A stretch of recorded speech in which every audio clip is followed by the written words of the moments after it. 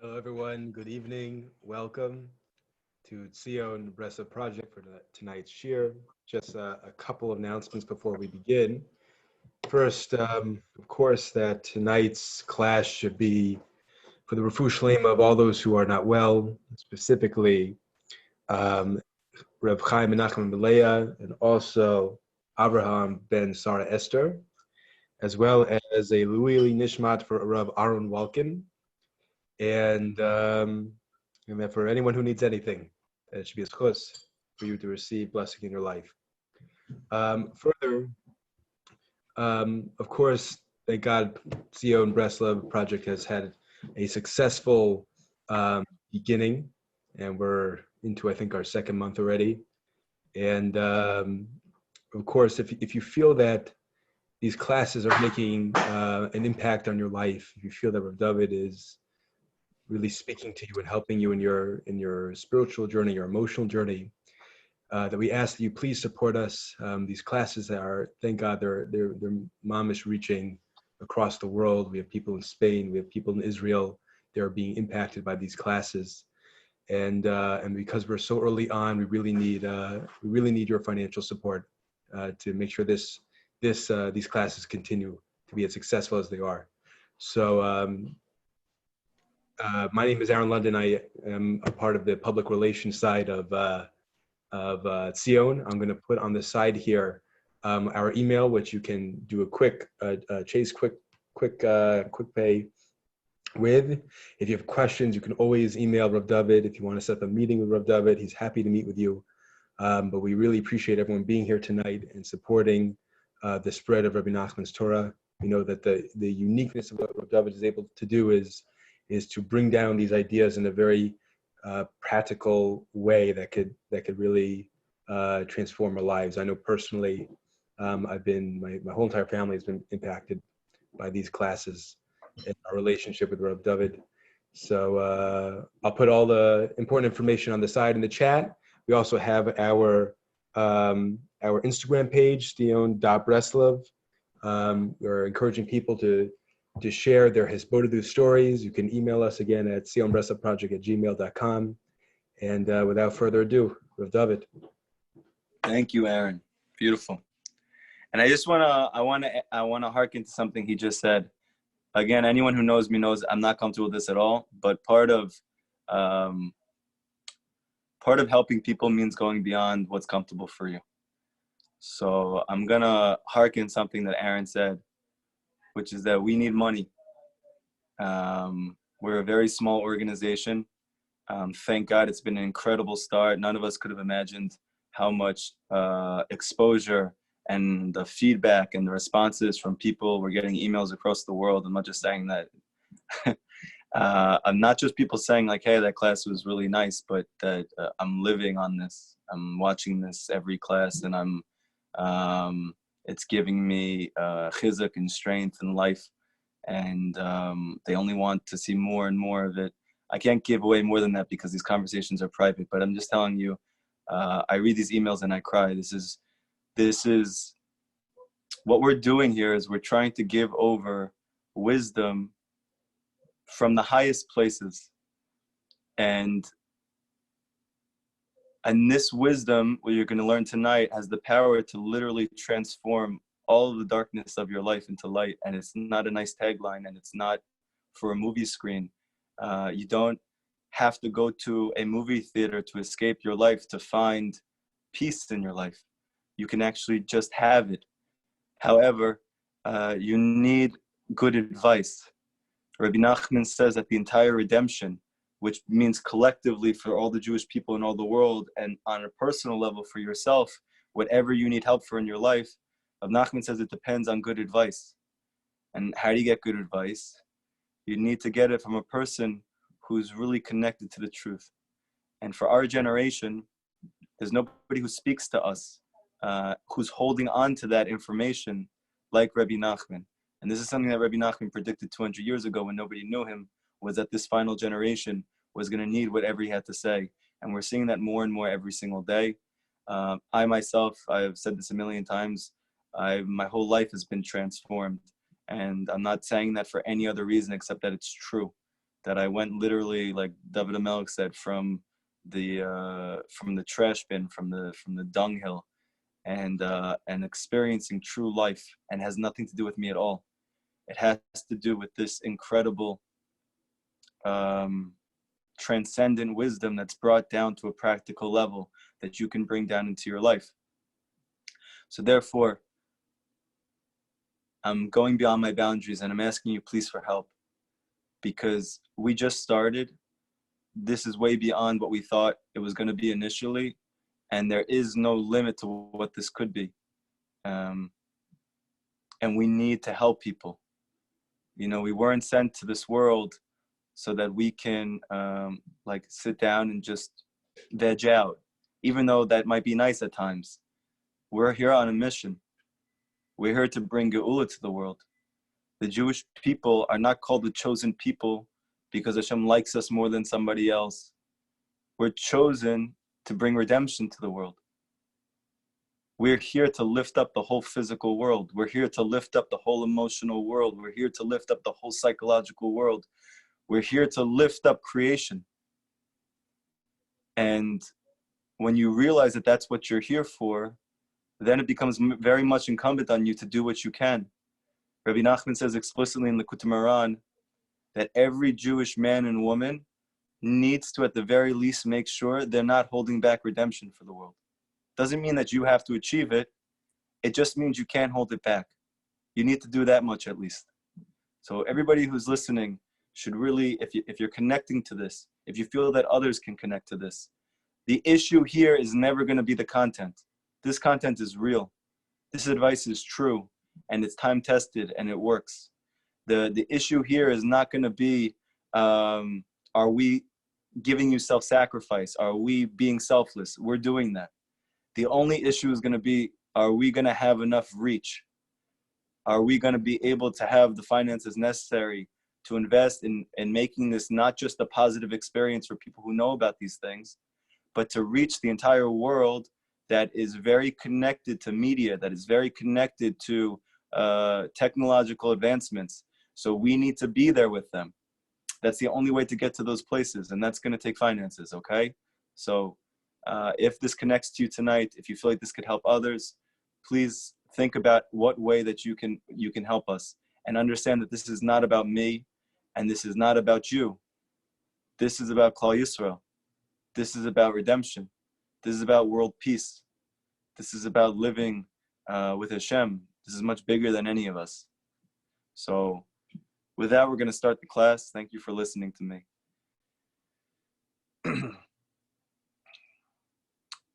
The Midrash in Breshit Rabbah has an amazing question. The question is like this. We know that Hashem created the world, and according to many, he stopped interacting with the world after that. However, the Torah doesn't believe this. The Torah says that Hashem is intimately involved in every aspect of creation, that a leaf doesn't turn unless Hashem says turn, that a flower doesn't bloom unless Hashem says bloom, that every single thing that's taking place at every moment is the active, decisive will of the Ein Sof, the infinite one, Hashem. However, the Midrash doesn't say that. The Midrash says, what has Hashem been doing since he created the world? It says one thing, creating shidduchim, being a matchmaker,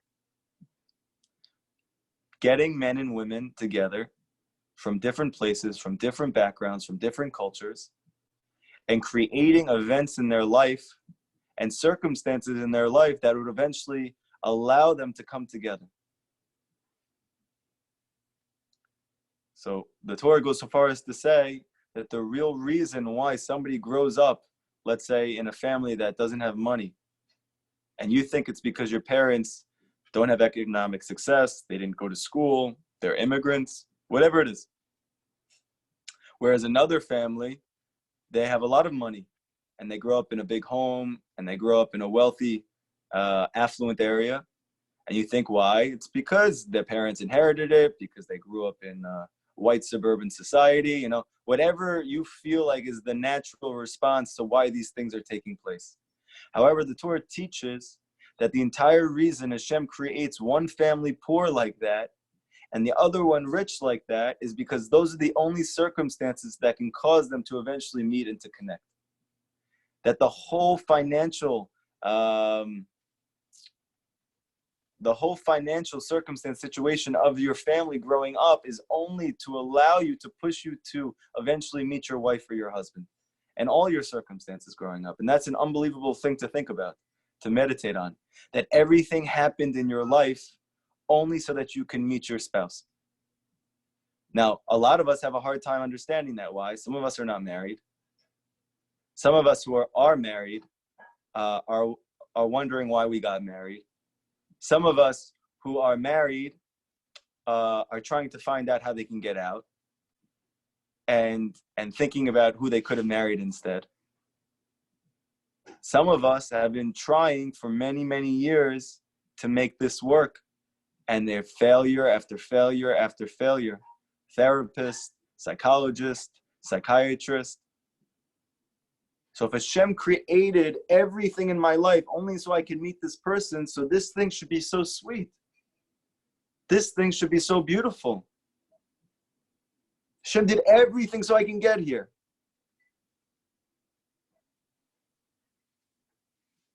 So on paper, it doesn't make sense. The Midrash doesn't make sense.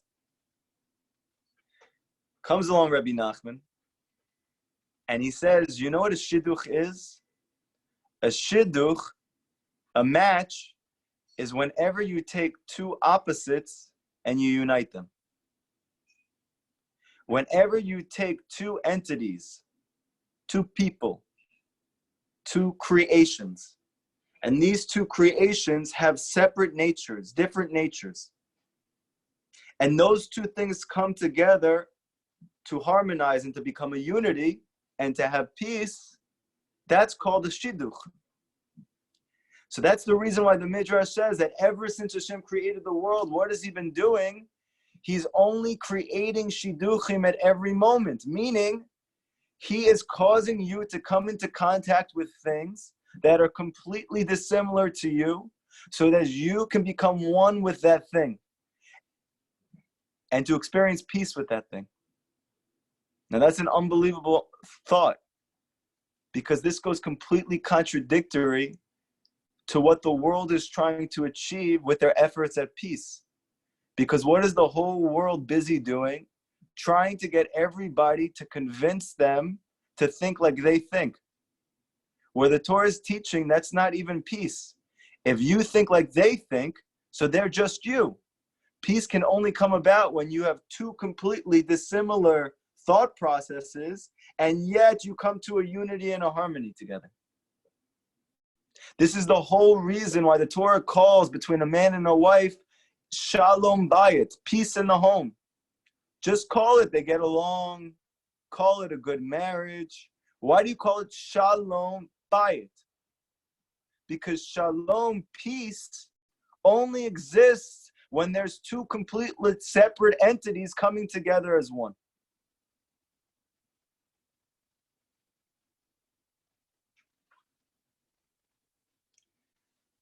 So for instance, let's say you're eating food right now. I see somebody's eating like a burger over there. B'ezrat Hashem, it's kosher. Okay? So, he's shaking his head. Good. So, that burger is very dissimilar from him. Right? It's not alive. It was an animal. He's a person. It's dead. He's alive. He's eating it. Now, what's happening inside of him? Hashem is creating a shidduch. He is creating a unity between them. He's going to take the good from that burger, and he's going to take the good in that person, and he's going to make it come together. And he's going to take the negative of that burger, or the excess of that burger, and the excess of that person, and it's going to leave him. Shidduch.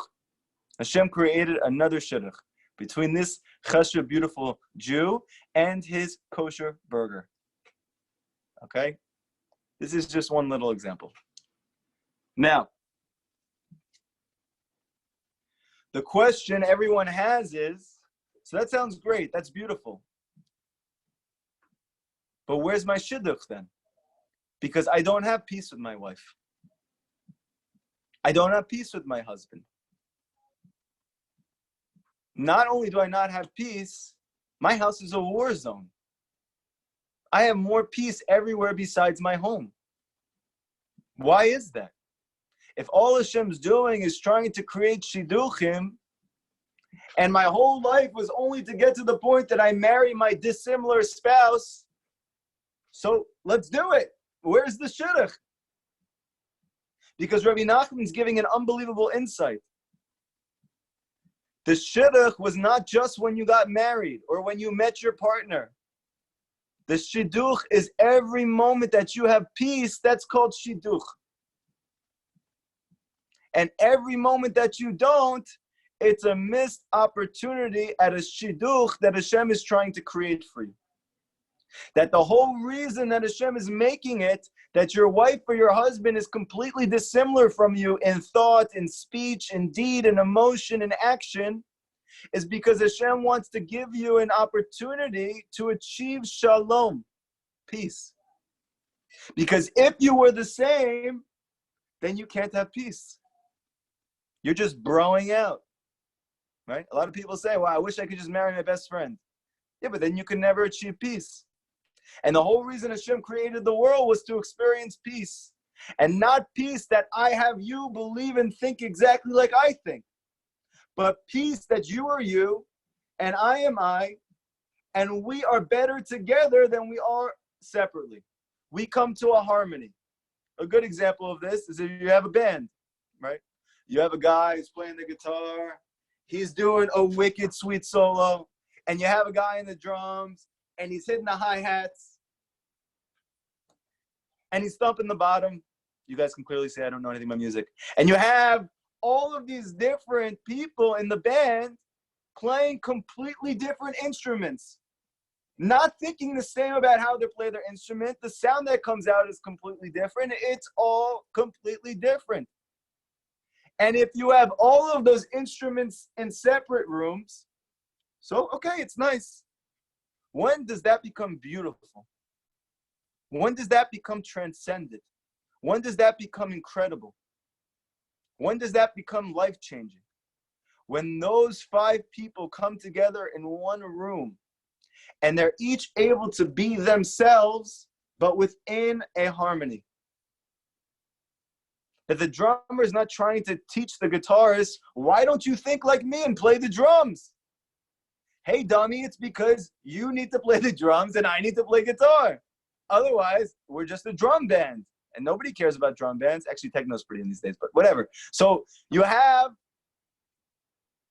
it makes sense within a band. You would think that a person is completely insane. Imagine you walk into a room, they're making music, and they're all fighting with each other by trying to get the other to play the same instrument as them. So this is every single one of us in our home. Trying to get everyone around us to think and feel exactly like we think and feel. And Hashem doesn't want that. Because then it's not beautiful. Then it's not harmonious. Then it's not peace.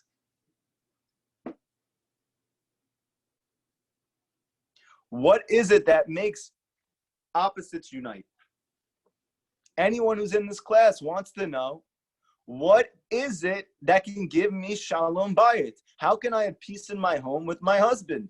And not even just that we're okay, that it's beautiful, that we're thriving together, and not just between husband and wife.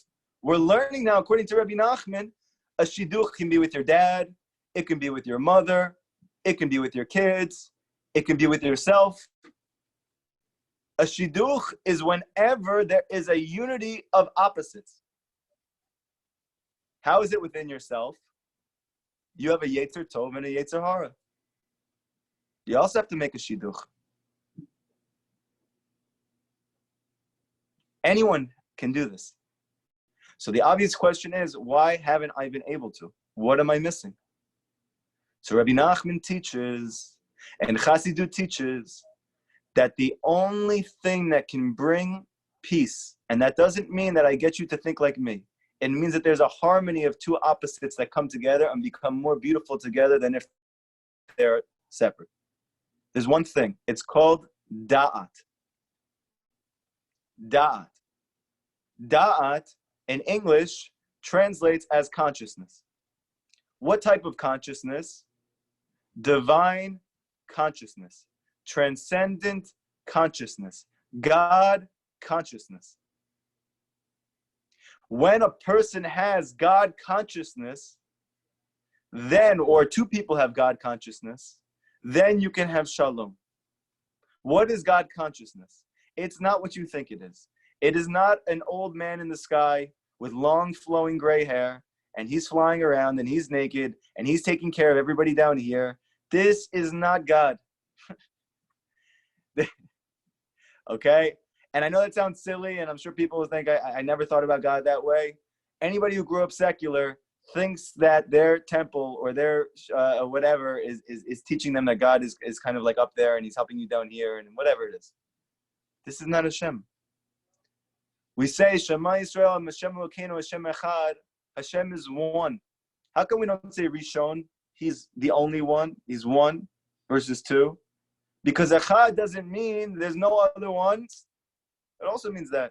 Echad means that's the only Hashem. We are living within a reality that's called Hashem. Or as Rav David Aaron said, the secret life of God. We're all living within the secret life of God. That you don't see him everywhere, anywhere, and yet he's everywhere. And he's not above or down below. He's not outside of you or only within you. It's only Hashem. And we are living within that reality.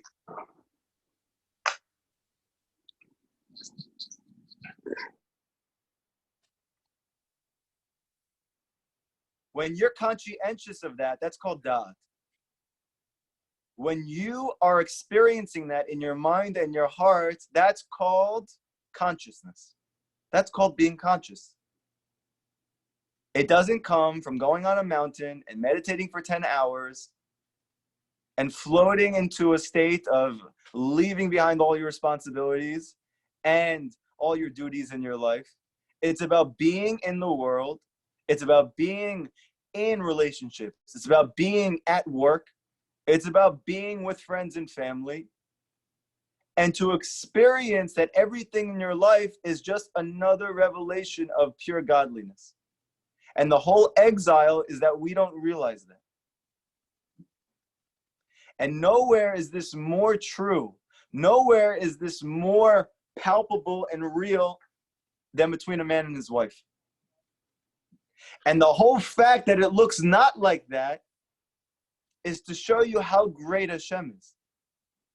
That he can give you a partner who doesn't think like you, who doesn't feel like you, who has no idea what you're talking about, who cannot be understood by you. And you are able to find an unbelievable harmony and unity with that person. Because only a miracle can cause that. And this is the Chiddush of the Torah. And this is what nobody understands. The reason why nobody has peace in their home is because peace is a miracle. Peace is not natural. For peace, you need a miracle.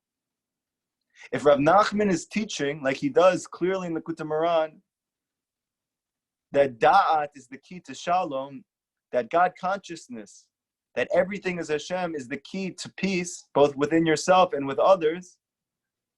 So now we can understand why Yeshaya says, what's the difference between when Mashiach is going to be here in the future and right now? And the answer is that da'at is going to cover the world like water covers the sea. Meaning that everyone is going to realize, Ein Od Milvado, there's nothing else besides Hashem. And now we can understand, why does the Torah teach? Why does the Rambam teach in Halakha? How do you know Mashiach is here? If peace has traversed throughout the world, that there's only peace. It's not because Mashiach is going to come and tell you, hey guys, let's get along. It's going to be because he teaches you the truth. And because he teaches the truth, when a person internalizes the truth, that creates peace. The whole reason why I left my job as a social worker and a therapist is because I realized through learning Torah that the gateway to peace is truth.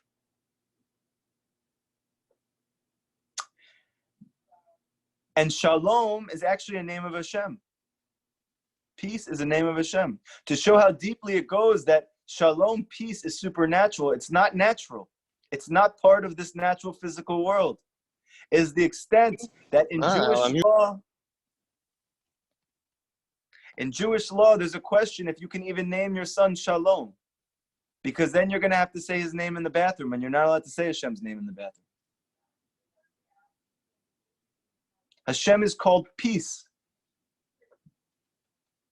Why does the Torah teach if you don't have peace with your wife, Hashem's not in the house?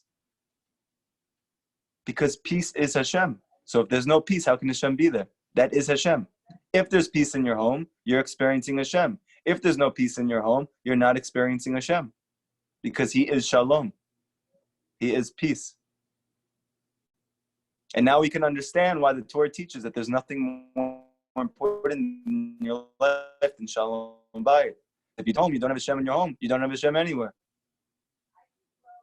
So the whole goal is for you to experience consciousness. How are you going to do that if you don't have peace? Peace is God. God is peace.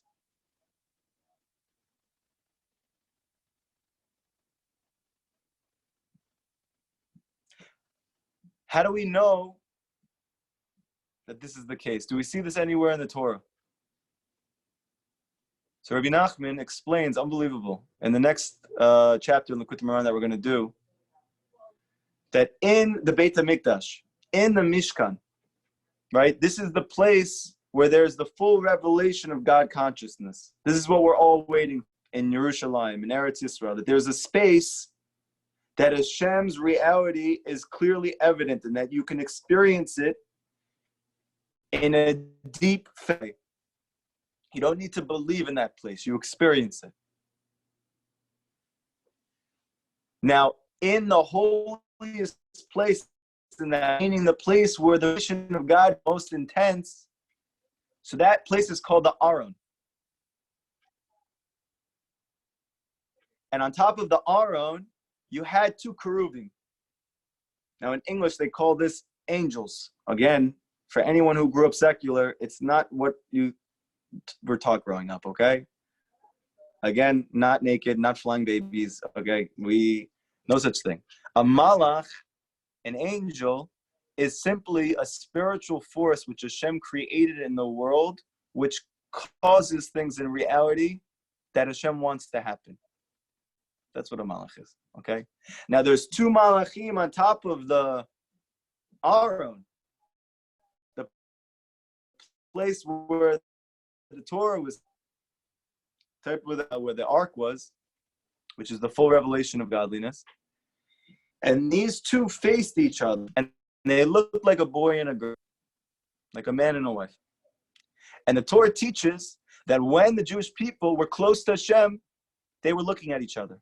But when they did not experience that in their life, they looked away from each other.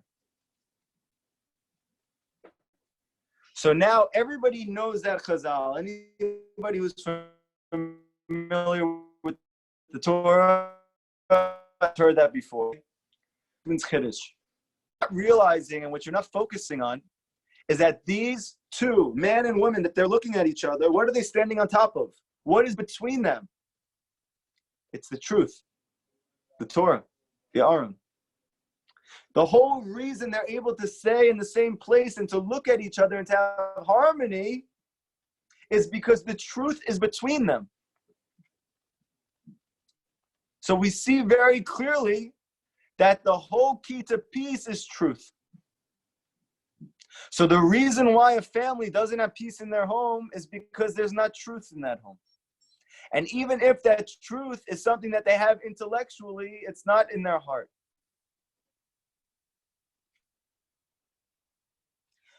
How far does it go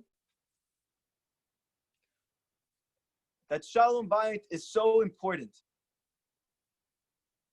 that it takes precedence over everything, that peace in the home takes precedence over everything? We learned in last week's Parsha, Naso. In last week's Parsha, Naso, we have a girl, a woman, who is accused of cheating on her husband. And they do a test, like the coronavirus test, a little different though. And they put Hashem's name in the water. And Hashem's name dissolves in the water to prove her innocence. Now we know according to the Torah, you are not allowed to erase Hashem's name. If you write it down on a piece of paper, Hashem's name in Hebrew, you're not allowed to erase it for anything. You can't even throw it out. But Hashem himself says, for the sake of Shalom Bayit, this is the only thing you can erase my name for. Why? Because if you don't have peace, you don't have Hashem, even if you have his name. Peace is the most important thing to Hashem. The Midrash says that Hashem created the whole world only so that they could experience peace. And peace does not mean wearing a tie-dye shirt and going to a concert and taking psychedelic drugs. That's not peace. That's called escape. Peace is when you're able to live with yourself. Not only are you able to live with yourself, you love yourself. And even though where you're at in your life is not where you want to be, you still have harmony and peace with that part of you. You don't have to go anywhere for peace. You just have to have da'at. You have to realize everything is from Hashem. That's called the aron, is between the husband and the wife. I have many, my wife has many friends, right? Amazing people. Completely secular, but amazing, amazing people. Just like people I grew up with. Jews, every Jew is amazing, beautiful. And all of these couples have tremendous marital relation problems. Tremendous. And I met both of the people in the relationship. They're the most amazing people, the nicest people you ever met, much better than me. Nicer than me, much more caring than me. And they have no peace in their homes. Their wives are at home crying every night. Their husbands are at work all day and night. Why? Because they're trying to give their wife what they want to be happy, and their wife is dying for them to come home to spend time with them. And there's a whole issue where nobody knows how to do it. And the answer is very simple, and I tell my wife all the time, because they don't have da'at. They need to learn Torah. There's no avoiding it. Because it's the only way to have peace is through truth. And if a person doesn't have truth, it's not their fault that they don't have peace in their home. They can't. You could see every psychiatrist, every therapist, every marital counselor. Until you have da'at, you will not have peace. Until you have God consciousness, you will not have peace. Because peace is supernatural. Just like Hashem. There's no way to experience something supernatural unless you have Hashem.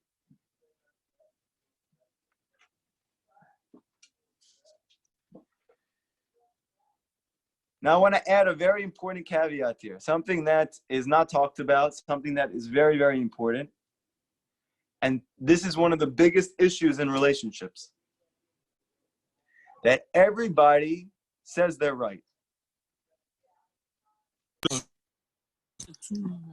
That if you speak to any husband, he will swear to you on his life and promise and send away all of his money. I promise you, I'm right. There is something wrong with my wife. She's this and she's that. She doesn't listen to me. She doesn't care about me. She doesn't help me. She belittles me.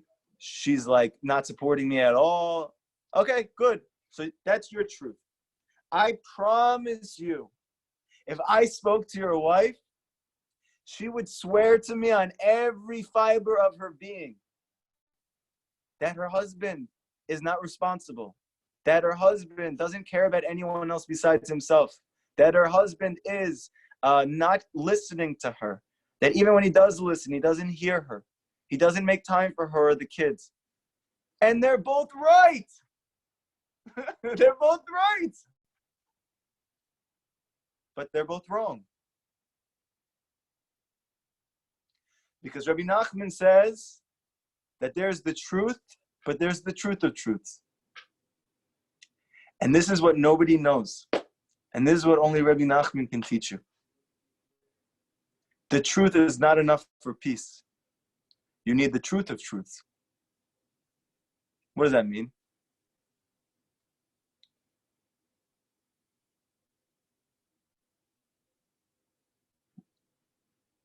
Each one of us feels that we know what's real, that we know what's true. Okay? That's great. That's wonderful. And everyone else thinks that as well. However, what's Hashem's truth?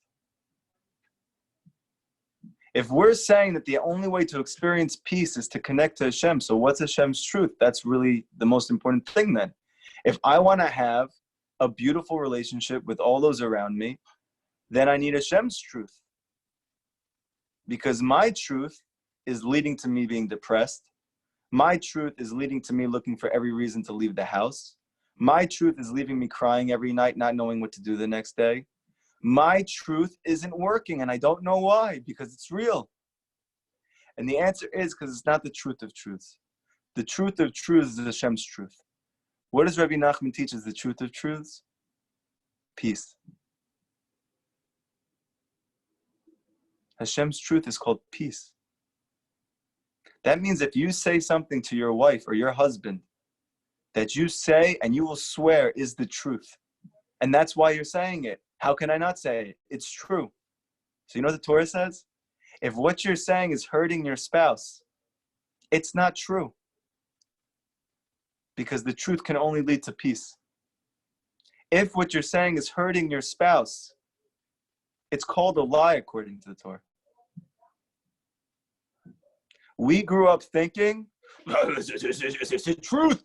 How am I not going to say the truth? I remember somebody when I was in elementary school, I had this kid who used to bully everybody.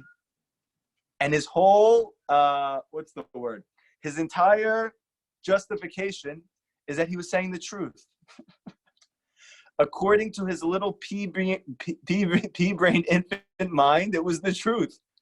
This guy's a this, and this guy's a that, and this guy's a this, and this guy, and he's crushing everybody's soul, all because it's the truth. It's the truth. How are you not going to say the truth? Unfortunately, most of us never learned Torah growing up, and then we would know that the truth is peace. The truth is peace.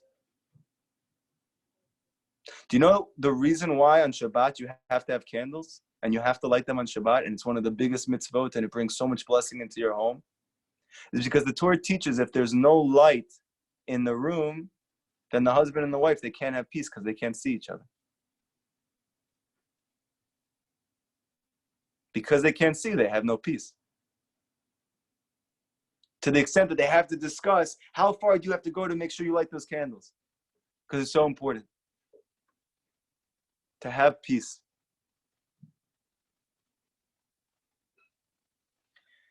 So therefore, think to yourself, okay, when you leave the class, when you do Hipodadut, Bezrat Hashem, when you talk to Hashem, say to yourself, what are the things that I say to my wife that hurt her?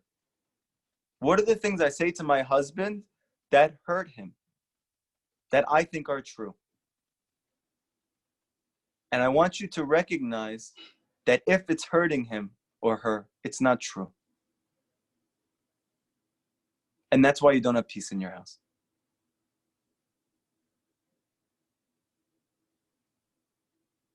By the way, that goes for you too. If the things that you say to yourself about yourself are hurting you, they're not true. Because if they were true, they would lead to peace. Because the truth can only make a person happy. And if it's making you sad, it's not true.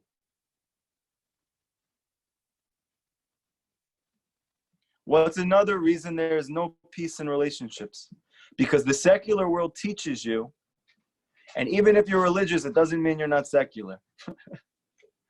If you wear a kippah and you have a black hat and you have a beard and whatever, it doesn't mean you're religious. Okay? And I don't even know what the word religious means. It doesn't mean you know Hashem. What do we teach? What do we taught growing up? That to have a good relationship means my spouse makes me happy. That is garbage. That's not true. That is not the goal of a relationship. And it's not real. You know why? Because your wife or your husband can't make you happy. Only you can make you happy. Your wife or your husband can complement that. They can augment that. They can assist you in that. But your wife and your husband is never, ever going to make you happy. And it's not because there's something wrong with your husband or your wife. It's because it's impossible for your spouse to make you happy. Only you can make you happy. And specifically, your connection to Hashem. How do we grow up? I want to find that girl that makes me feel good about myself. I want to find that guy that makes me feel good about myself. Yeah, but what happens when they stop making you feel good about yourself? You get divorced. Why is the whole world getting divorced within the first few years of marriage? Because my husband or my wife stopped making me feel good about myself.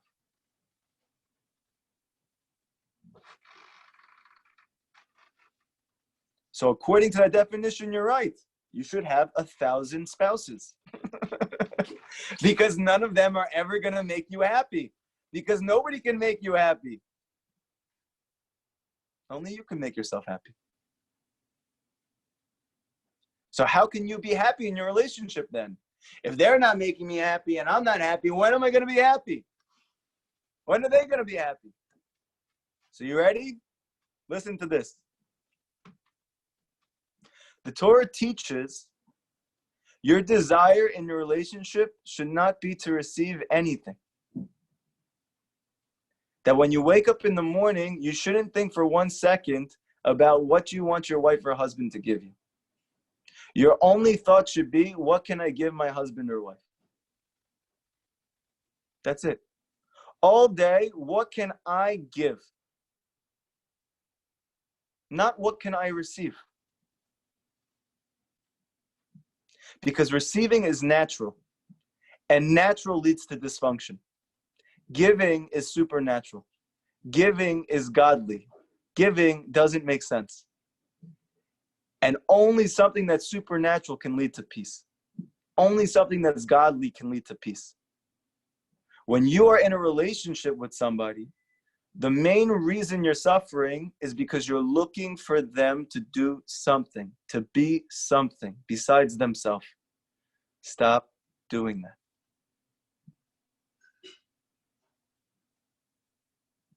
Your only focus should be, how can I give better to this person?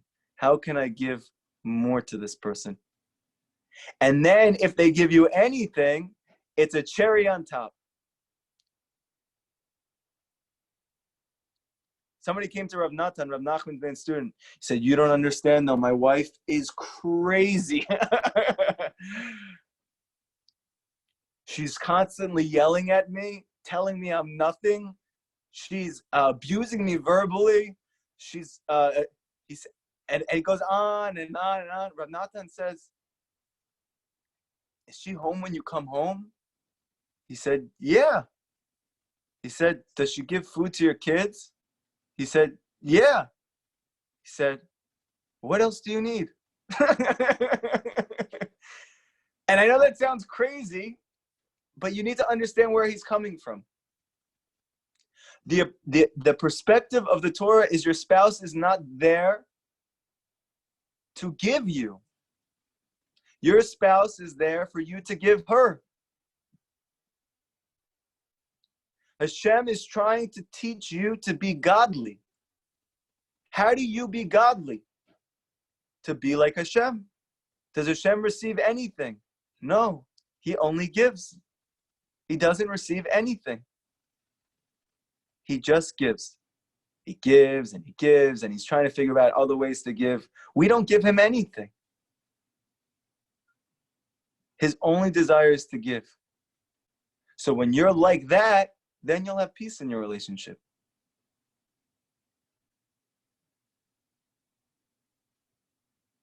And also, once you do that, you'll actually find that your spouse ends up helping you in a lot of the ways she didn't before that, or he didn't before that. That when you stop looking for your spouse to give you, then she's going to give you. Then he's going to give you. The reason that your spouse is called your Ezer Kenegdo, that means your helper against you. So the question is, which one is it? Is she or he helping me, or is she or he against me? And the answer is, it depends on you. If your only focus is to give to your spouse, then she will help you, or he will help you. But if your focus is to receive, then he or she will be against you.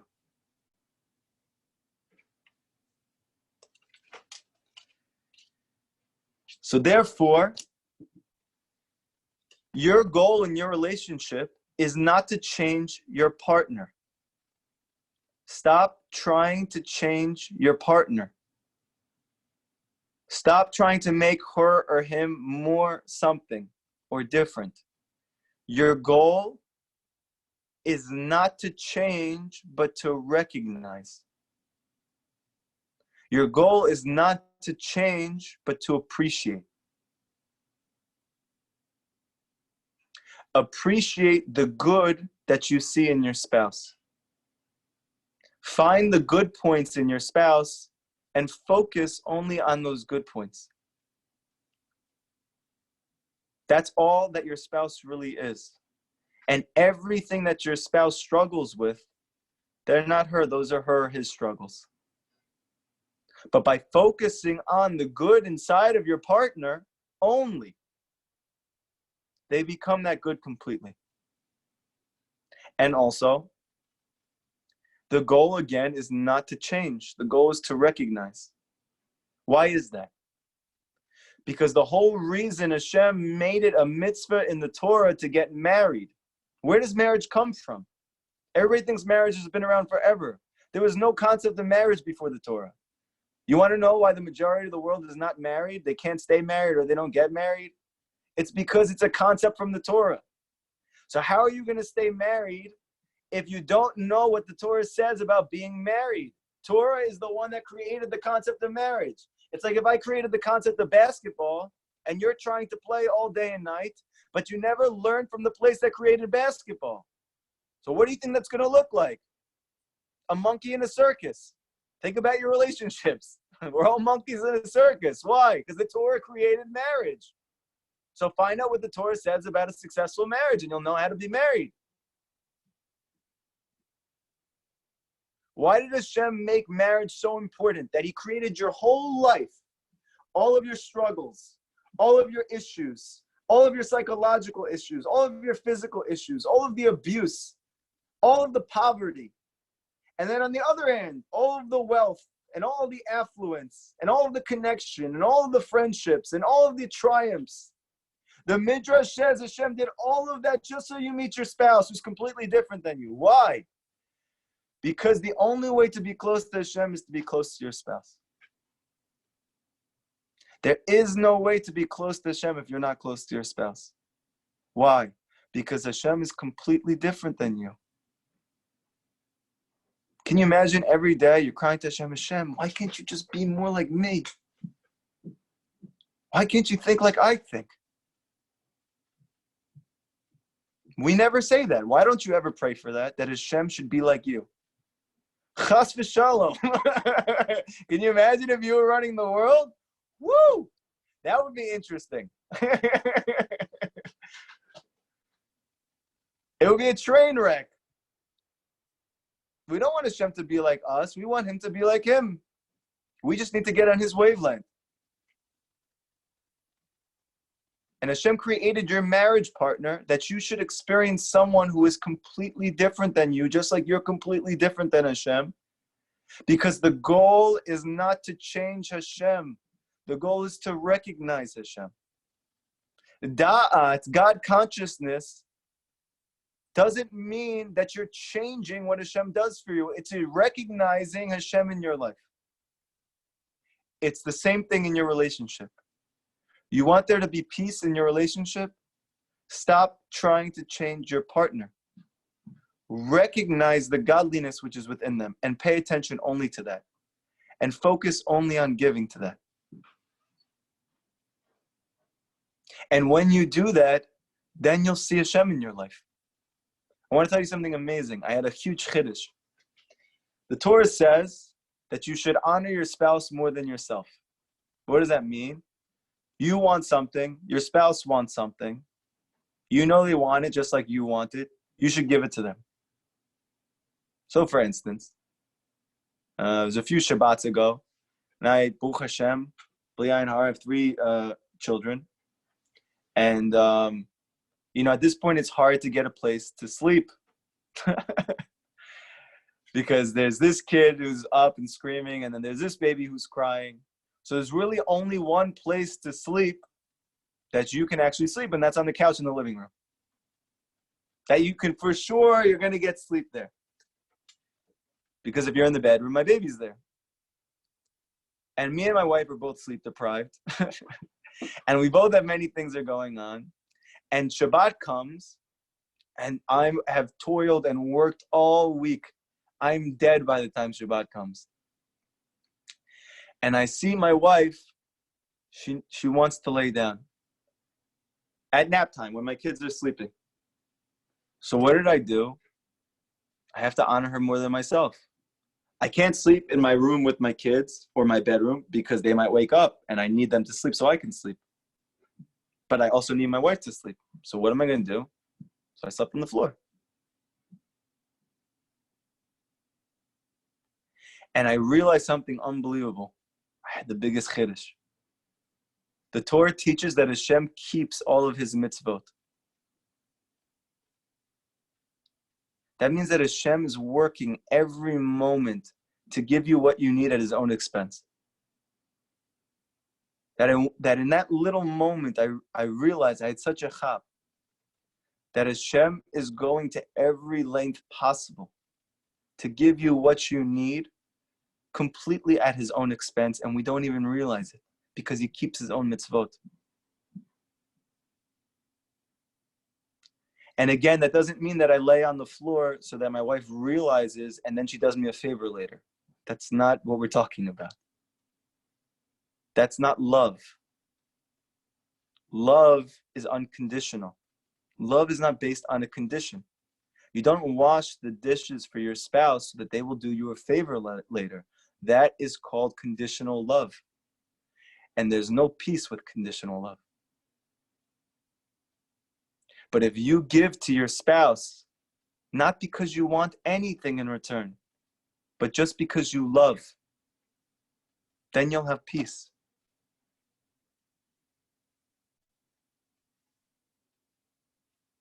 And then you'll have peace with Hashem. Because the only way to connect to Hashem is to stop trying to change his ratzon, to stop trying to change what he wants from us, and to appreciate and to recognize the good in it and to connect to it. Because when you're constantly resisting and desiring a change, it's because you're being a receiver instead of a giver.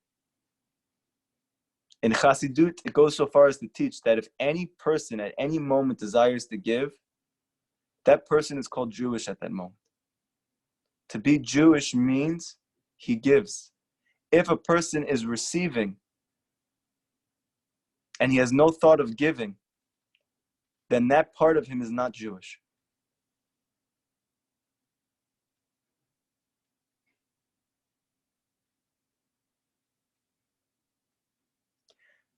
And this is the last thing that everybody needs to understand very clearly. Ein shum yeush olam klal. I'm not sure if I said that right. Please forgive me if I didn't. There is no despair in the world at all. If you have been struggling to have any type of harmony or peace with your spouse for the past 5 years, 10 years, 15 years, 20 years, 50 years, and you feel that there's no chance that we can ever make this work, I'm either going to get divorced or I'm going to live a miserable existence the rest of my life. You need to know, Rabbi Nachman says there's no such thing as despair in the world at all. And even more than that, Rabbi Nachman says explicitly, and listen to this, okay? Peace, shalom, must be preceded by strife, machloket.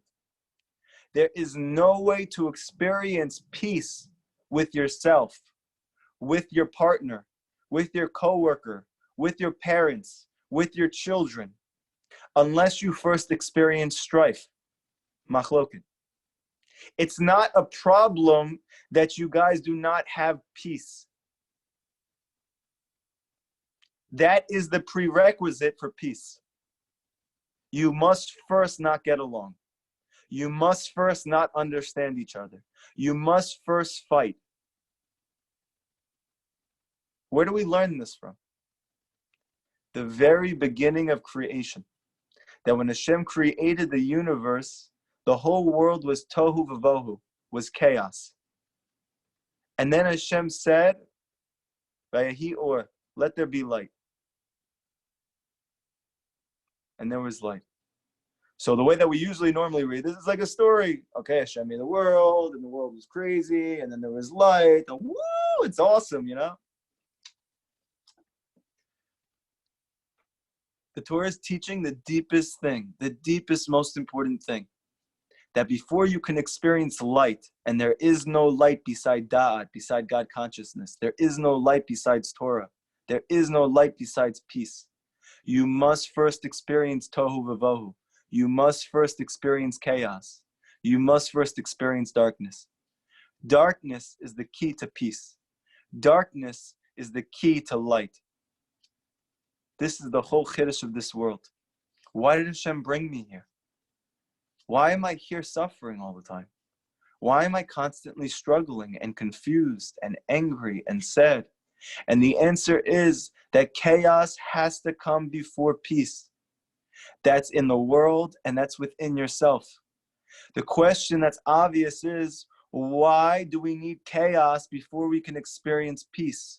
Why do I need inner chaos? Why do I need chaos in my relationships? Why can't I just experience peace? What do you need darkness for before light? And the answer is, because the only way you can experience Da'at, God consciousness, this thing that creates peace, the ability to see that everything is Hashem, the Torah, is only through one means at all. There's only one way to acquire God consciousness, and that is with emunah. Emunah. Faith. How does a person experience emunah, faith? Only when he doesn't understand. Only when things are dark. Only when things are painful. Only when things are chaos. The one thing you can do in this world that you can't do in the next world is acquire emunah. Emunah can only come from suffering. You cannot acquire faith except through chaos.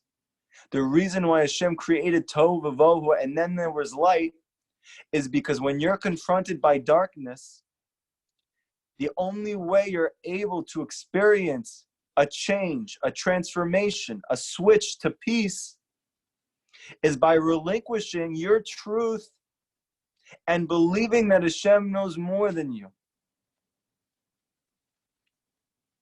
And believing that Hashem is taking care of you even though it doesn't look like it. That Hashem wants the very best for you, that He loves you in a way that you can't possibly understand even though your life doesn't look like that at all. Because if you don't believe that, you die. And if you don't die physically, you die from stress. And if you don't die from stress, you die from psychological pain. And if you don't die from psychological pain, You die from emotional turbulence. I was speaking to someone and I had a long conversation with them. And I said to them, that's why it's so important that you have to believe that everything is for the good. And they said to me in the most honest, genuine way, someone who is completely secular. She said, David, what if I don't believe that? What if I just don't believe that? And I wanted to start crying because I realized then there's nothing to do. There's no answer. There's nothing I could say to make this person feel better. There's nothing they can do that's not going to stop them from going to see a psychologist and going on medication. Because when you don't believe that everything is from Hashem and for the best, the only natural response to your life in this world is despair. Because this world was only created to give you emunah. And the emunah can only come from the darkness of the world. Because you don't need to believe unless you don't understand. And if you understand, you don't need to believe. This world is specifically for not understanding anything. And believing that's for the good. And in the next world, which will be forever, then you'll see how it's all good. But now is the time to believe it's all good. And then Yehi Or, then there's light. When we wrap tefillin every day, we say, Verastich li be'emunah v'yada'at et Hashem. I'm marrying myself to you, Hashem, be'emunah. Meaning, I believe that everything is from you. I believe everything is for the best. I believe everything is only to bring me closer to you. V'yada'at et Hashem. And then I'm going to know you. And da'at is the key to peace. So what's the key to peace?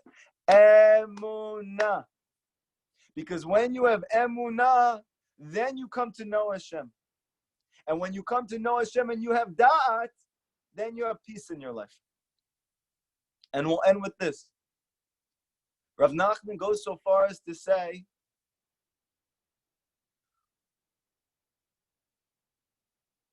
why are you not allowed to have empathy for a person who doesn't have da'at? The Torah teaches that if a person, let's say for instance, there's a terrorist bomber, okay? And he goes to court and he's being tried. So the way that I grew up is you have to have compassion on this person. Why? Because he grew up in a home where he was brainwashed since birth. And he was taught that Jews are the bane of existence. And if they were to wipe us all out, they would have peace in this world. And they would experience 70 virgins or whatever they're looking forward to. So what would I say? I would say we should have empathy for them. We should have rachamim for them. We should give them the land of Israel. Maybe it'll make them feel good. It'll make them happy. What's the issue with this? The Torah says they don't have da'at. They don't have God consciousness. So what's going to happen if you have empathy for them? They're going to kill you after. And it's not because they're a bad person. It's because they don't know Hashem. And a person that doesn't know Hashem, even if he does his very best, leads to destruction in this world. Karl Marx was not looking to destroy the world. He was looking to bring peace. But he didn't have da'at. And he brought communism. And the community that I live in right now is suffering every day from Karl Marx's good intentions to bring peace through socialism. And every single one of them is traumatized by this. And it's not because Karl Marx was a bad person. I don't know him. It's because he didn't have da'at.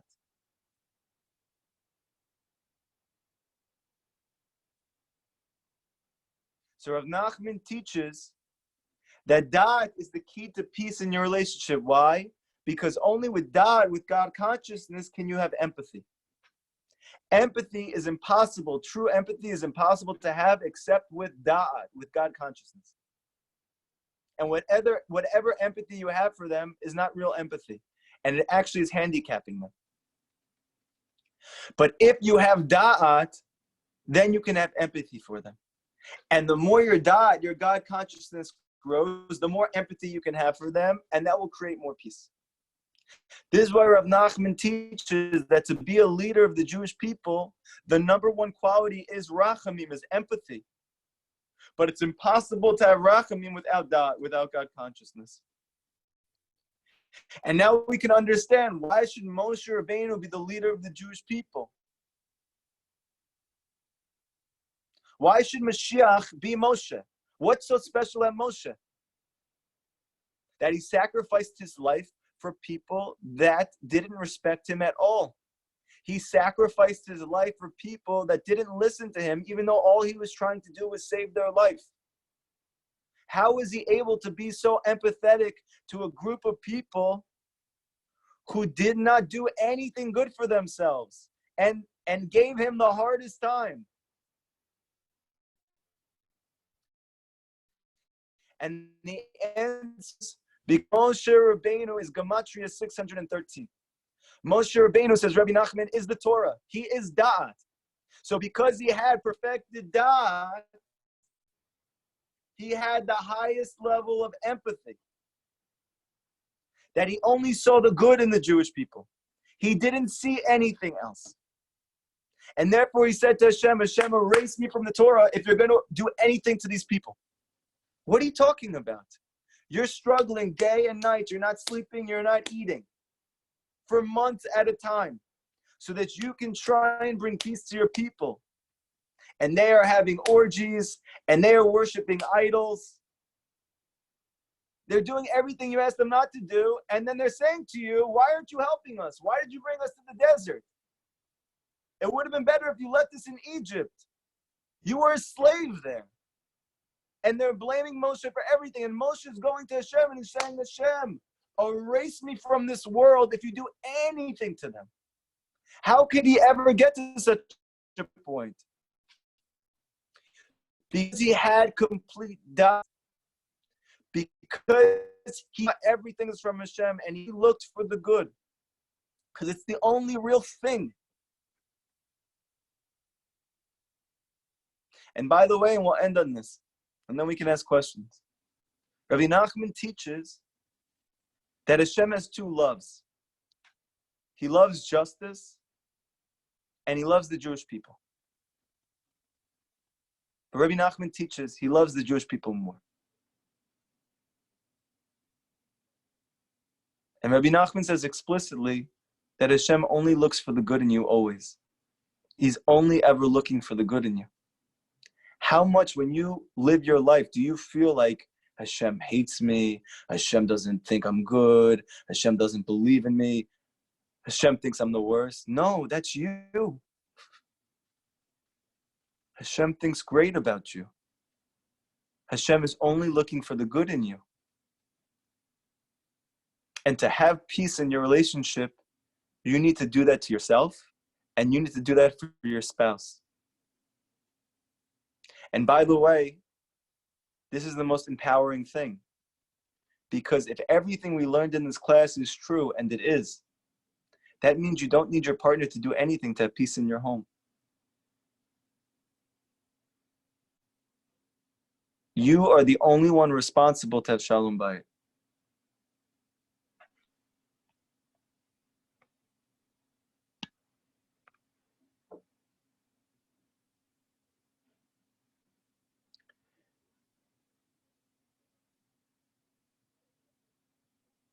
Everyone who's listening to me, and we'll end with this, and then we'll take questions.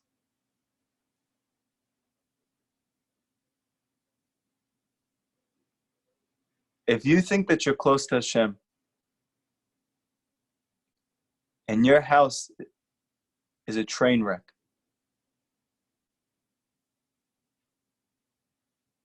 it's because you're not really close to Hashem.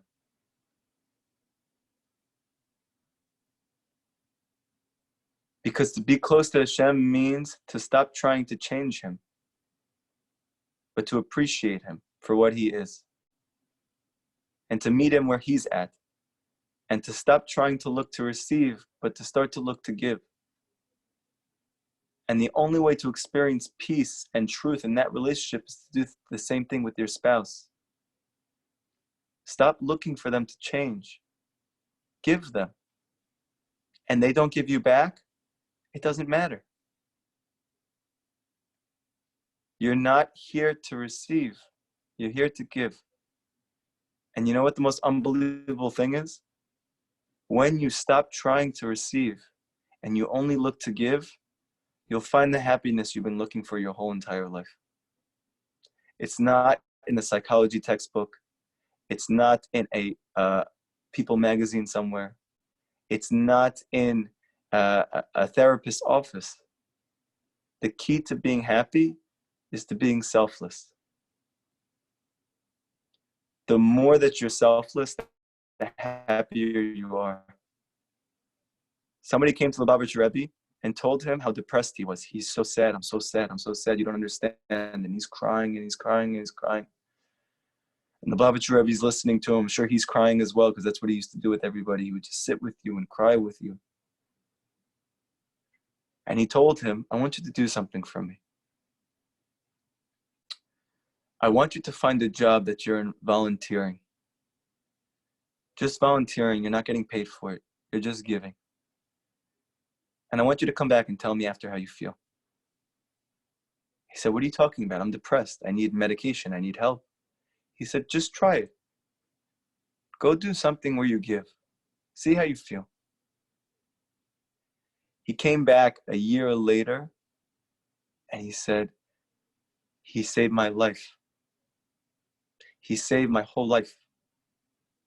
I went to go volunteer and I saw how much giving made me happy. And then I gave more and then I got happier. And then I gave more and then I got happier. The secular world teaches you that to be happy means to get what you want. The reason why everybody's unhappy is because that's not how you get happy. That's how you get sad. That's how you get anxious.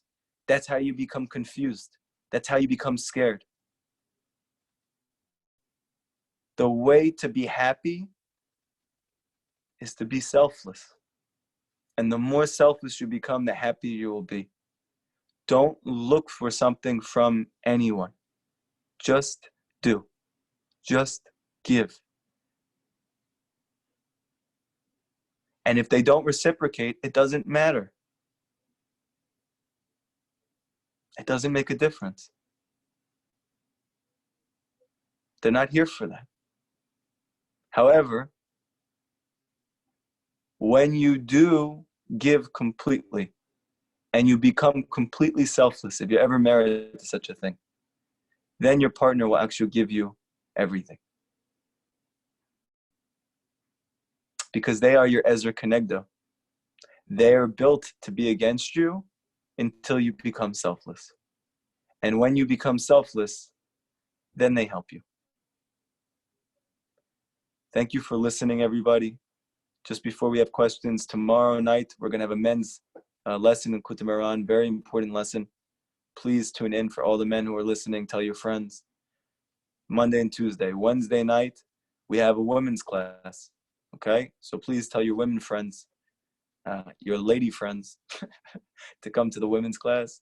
Thursday night, we're going to finish with the men's class. Okay? We're going to do Bezrat Hashem, the whole thing again next week. Everyone should have questions right now. And yes. So please ask away. Shoot. I'll do my best. Bezrat Hashem, Hashem, please help me to give truthful answers. Okay, yes, go ahead. There's never ever a moment where you reprimand your wife or anybody that you're in a relationship with? Say they're doing something wrong. Yeah. Doing something wrong. Are you allowed to tell them they're doing something wrong? Or according to what you're saying, you shouldn't, and you should just better yourself? If I'm understanding. You should be very, very tactful. You should bring your spouse on a date. You should bring them to a nice restaurant and give them really good food. You should make them feel that you really love them. And then in a place of complete, when you guys have real joy with each other and connection with each other, then mention By the way, with our kids, I really want the best for them. I know we both want the best for them. What can we do to help this? Not in the moment. Not in the moment. I'm telling you this right now. One second. I grew up completely secular from an Ashkenazi family in New Jersey. I got married to a Sephardic, Middle Eastern, Yemenite Jew, religious from Israel. Talk about two opposites. I'm telling you right now, besides the fact that we love each other, there is nothing that is similar about us. Nothing. Not one thing. But our relationship is beautiful. And Baruch Hashem, our kids are good. Why? Because we don't fight in front of our kids. That if my wife, let's say, because she's much tougher than I am, I'm like mush, and she reprimands them, or she punishes them, I pretend to feel the same way in front of my kids. And if I do the opposite, then my wife does her very best to meet me where I'm at in front of the kids.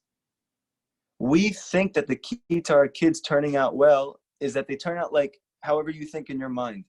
The key to your kids turning out well is that you get along. If you get along, your kids are going to be beautiful. If you don't get along, your kids are going to be a train wreck. It's not about doing the right thing necessarily or parenting the right way. It's that you guys have peace and happiness and joy and love with each other. Then your kids will be healthy. And when you're on your own time, you work on figuring it out. But in a very, very tactful way, in a very empathetic way. And the only way to do that is with da'at, is with God consciousness. And the only way to have da'at is to learn chassidut. It's the truth. So therefore, come and learn. Okay? I'm learning every day. Yes? You will reprimand when you're angry, right? Definitely, 100% not. The sages say not to. And the Garrett the Ramban that the Sephardim read every day, the Ramban says that you should never, ever raise your voice. He was Sephardic. He was the most Sephardic person who ever lived. So how are you going to tell me, okay, it's just for Ashkenazi people? It's not. It's a Jewish thing. The Rambam says in Halakha, it's Halakha, not Musar, not Kabbalah, not Chassidut. The Rambam says in Halakha, you're not allowed to get angry. You're not allowed to. He goes so far as to say that the only time that you can know is if, let's say, for instance, you're raising your kids and they need to know that what they're doing is not right. You have to look angry and not feel angry. You have to go like this. And inside, you're fine. Totally fine. How can we ever get to such a level? This sounds like a superhuman, supernatural thing. Yes, it is. How do you do that? Da'at. Only through da'at. And how do you get da'at? How do you get God consciousness? Through the Torah. And how do you get the Torah? Emunah. And Rabbi Nachman says, what is emunah? You talk to Hashem. That's emunah. Emunah is not some vague, abstract belief in God. Emunah is, I'm talking to Hashem. The more I talk to him, the more I believe in him. The more I believe in him, the more da'at I'm going to have. The more da'at I'm going to have, the more peace I'm going to have.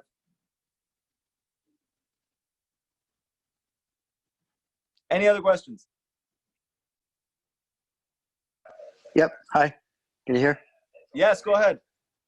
Okay. So is this idea of Shalom Bayit in general, like connecting opposites and creating harmony, is it related to the idea of the unification of God's name? Yes. That's exactly what it is. Okay. I don't know what that means really, but. Okay, so I'll tell you.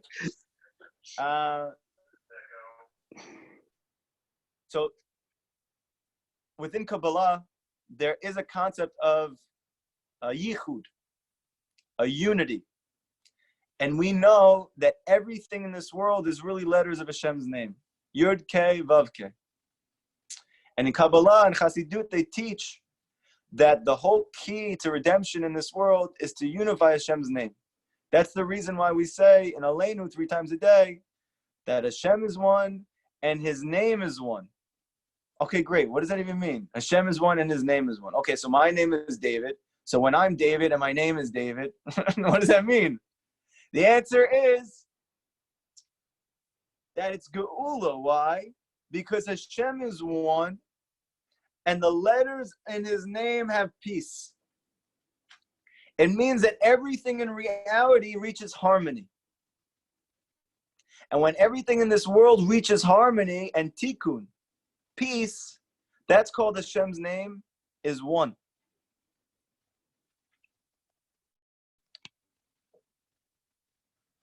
So yes, it's very connected. Any other questions?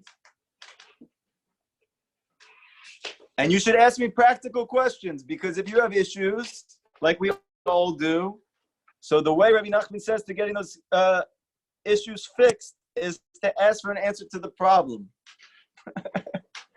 Ask.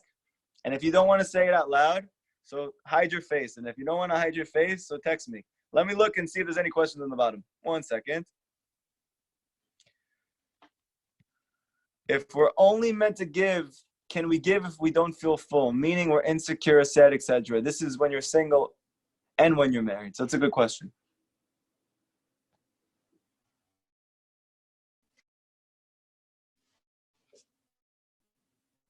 Your ability to give is the Hashem. The more you believe in Hashem and His Torah, the easier it's going to be for you to give. If you try and give before you have that knowledge or that emunah, you're not going to be able to give. And if you do, you are going to poop out. Like I know I went to social work school. Every therapist has a therapist. Why? Literally, as soon as I remember when I was training in school, you see, like the week would end and everybody did all their therapy sessions. And then we as a group all had a therapy session where everybody in the group was just crying hysterically from everything that they heard and from their own stuff. Why is that? The answer is because they don't know Hashem. Your ability to give is dependent on your cup being full.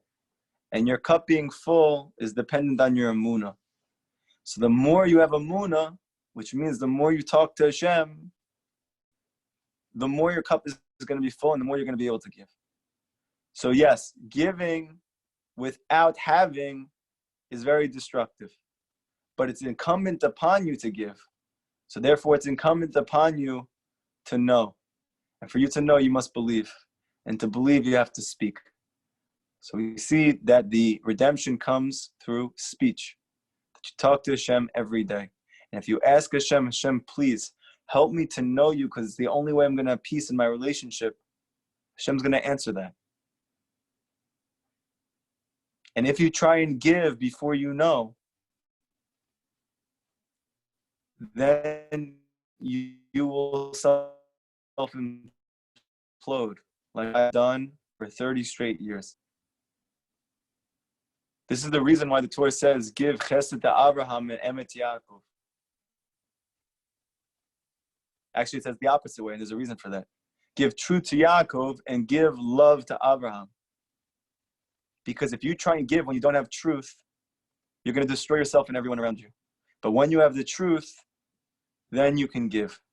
And that giving is good for everyone and it's good for yourself. We have another question below. You mentioned Mashiach will speak the truth, but how do we know what the truth is? There's many different types of Jews, sects with many opinions. That's a great question.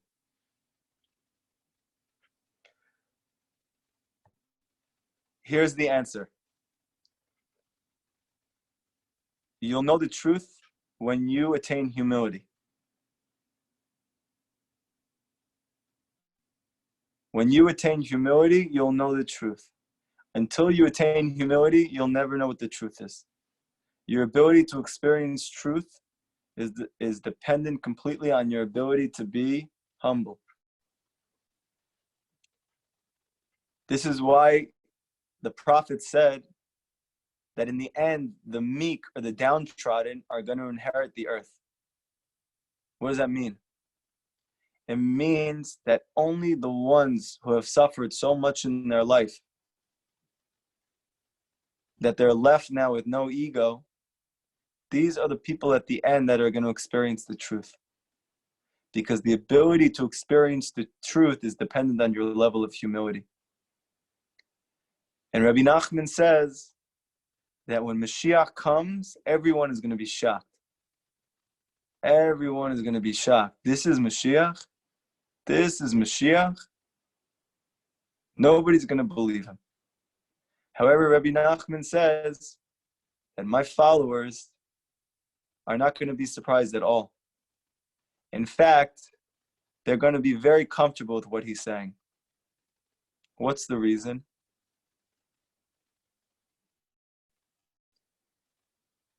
Because they're going to be humble. Because nobody follows a tzaddik unless they're humble.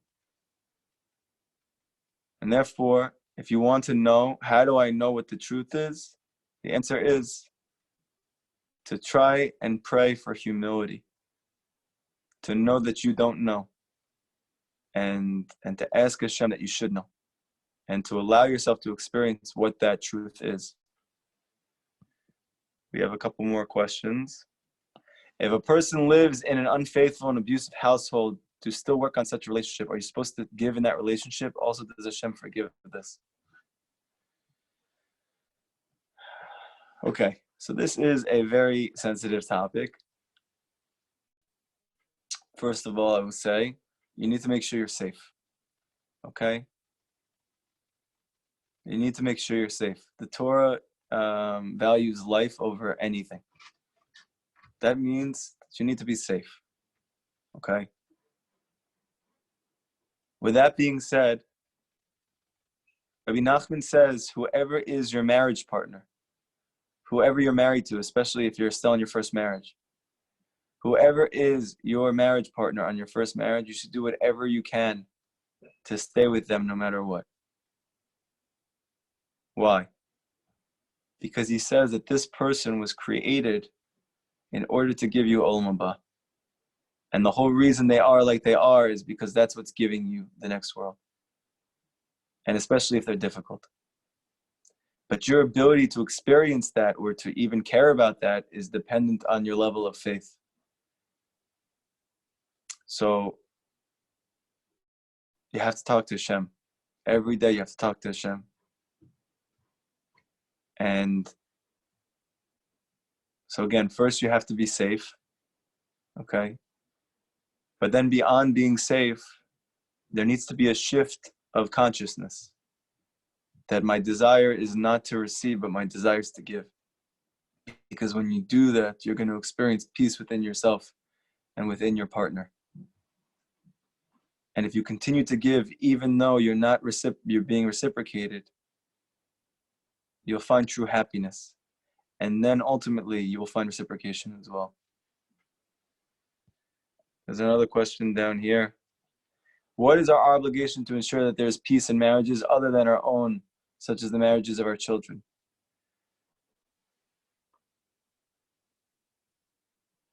So we know that the Torah teaches, it says in Pirkei Avot, that we should be like students of Aaron.